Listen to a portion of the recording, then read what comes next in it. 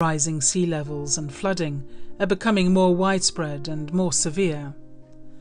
Rising temperatures are breaking records the world over, leading to more drought and more wildfires. Deforestation is creating a loss of biodiversity, with many species being pushed to the brink of extinction. It's time to take action.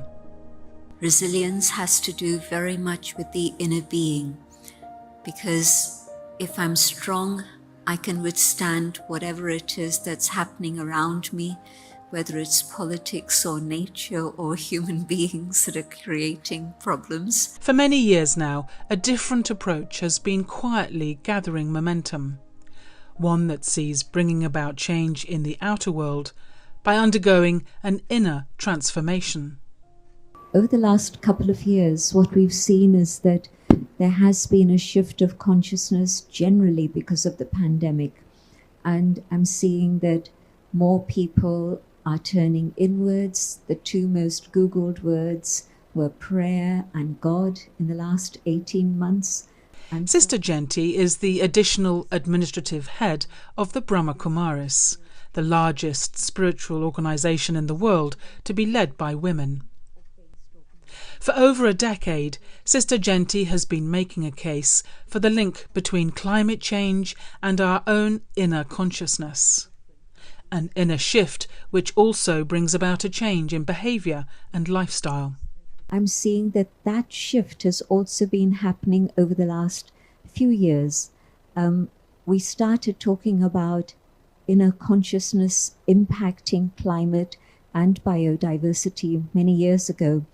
But it was a few years ago that UNESCO actually had as its banner, changing minds, not climate.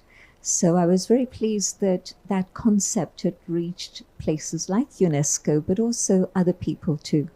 Walking alongside Sister Jenti on her journey with consciousness and climate change are individuals within the Brahma Kumaris who likewise felt called to action. Sonia Olsen is part of the team that runs the meditation centre in Copenhagen. She well remembers the moment when the idea for the Brahma Kumaris Environment Initiative was first conceived.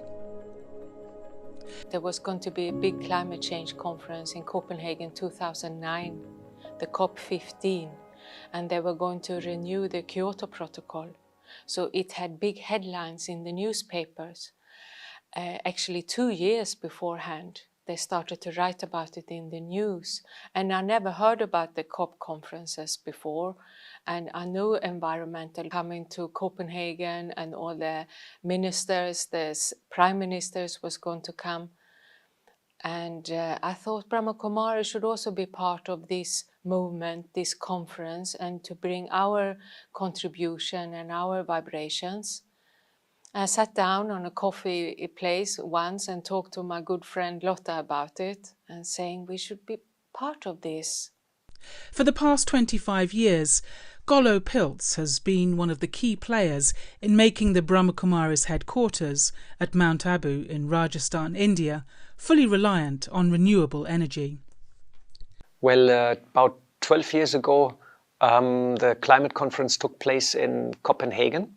And our Sonia, which runs the center in Copenhagen, they had the idea the Brahma Kumaris should participate there. And she sent me an email and invited me, why you not come and become part of that team in order to present our ideas at that climate conference. So I liked the idea very much, and then I joined the climate conference. We became all delegates and we had a little stand, we had an exhibition.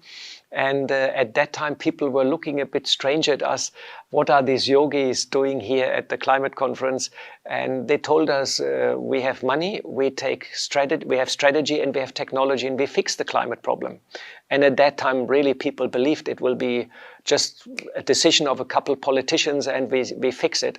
But as we see, it's not that easy. It takes much